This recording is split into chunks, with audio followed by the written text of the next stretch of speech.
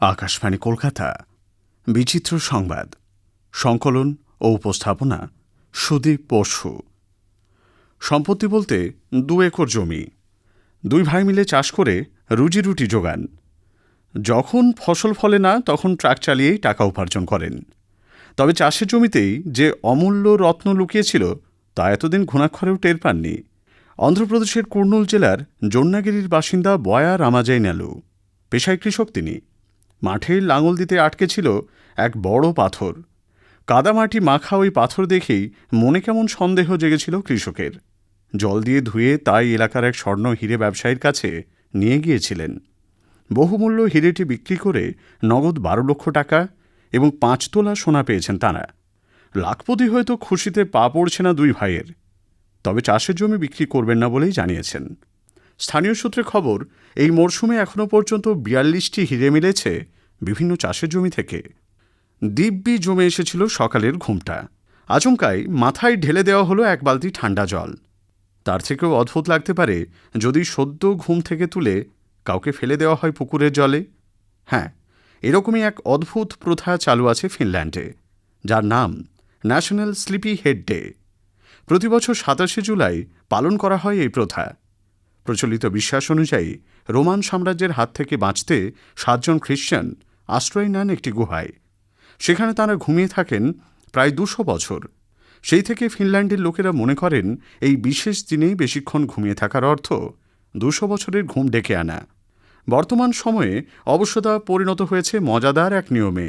যিনি 27শে জুলাই সবচেয়ে দেরিতে ঘুম থেকে উঠবেন তার জন্য বরাদ্দ হয় আশ্চর্য শাস্তি।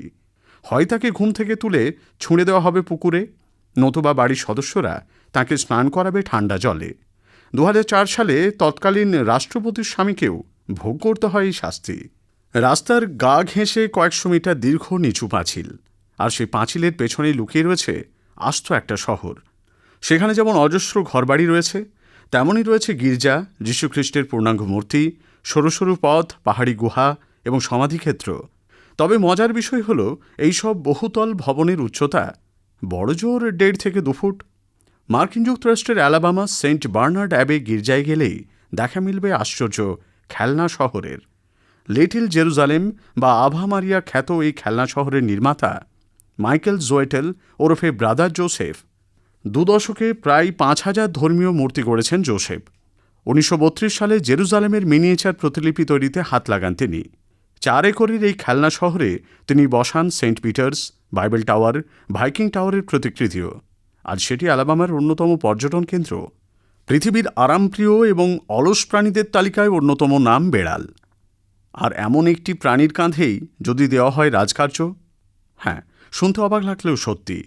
আক্ষরিক অর্থেই রাজকার্য সামলাত পোষ্য বেড়াল স্ট্যাবস। মার্কিন যুক্তরাষ্ট্রের আলাস্কা প্রদেশের ছোট্ট শহর তালকিতনার। সব মিলিয়ে প্রায় 900 মানুষের বসবাস সেখানে। 20 শতকের শেষের দিকেও আলাস্কায় সেভাবে বিনিয়োগ করত না সরকার। অধিকাংশ আলাস্কান শহরেই ছিল না মেয়র। সেই ঘটনার প্রতিবাদে 1998 সালে অভিনব এক ক্যাম্পেইন চালু করেন তালকিতনার সাধারণ মানুষ। মেয়র পদের জন্য অলিখিতভাবে নির্বাচন করা হয় একটি পোষ্য বেড়ালকে। স্ট্যাবস নামের এই বেড়াল রীতিমতো চেহারা বদলে দিয়েছিল আলাস্কান শহরটির। তাকে দেখার জন্য ভিড় জমাতেন হাজার হাজার পর্যটক। আলোচনায় উঠে আসে তালকিতনার নাম। প্রায় 19 বছর নাকি রাজত্ব করে স্ট্যাবস। বর্ষায় নানা মশাবাহিত রোগে আক্রান্ত হন মানুষ, অনেকে মারাও যান।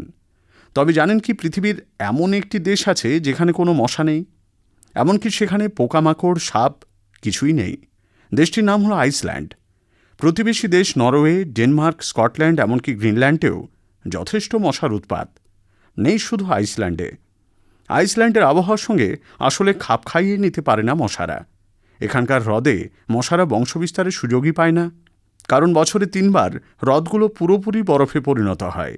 গবেষকদের মতে অ্যান্টার্কটিকা এবং আইসল্যান্ড পৃথিবীর এমন 2টি অবস্থান যেখানে বিরক্তিকর কীটপতঙ্গ কখনো আবাস করতে পারেনি। এছাড়া এই দেশে কোনো সাপও নেই। জল ও স্থলভাগ অতিমাত্রায় শীতল, এমন দেশে সাপ বসবাস করতে পারে না। এ কারণে আইসল্যান্ডে সাপের কোনো অস্তিত্ব নেই। বিচিত্র সংবাদ শেষ হল। সংকলন ও উপস্থাপনা সুদীপ বসু।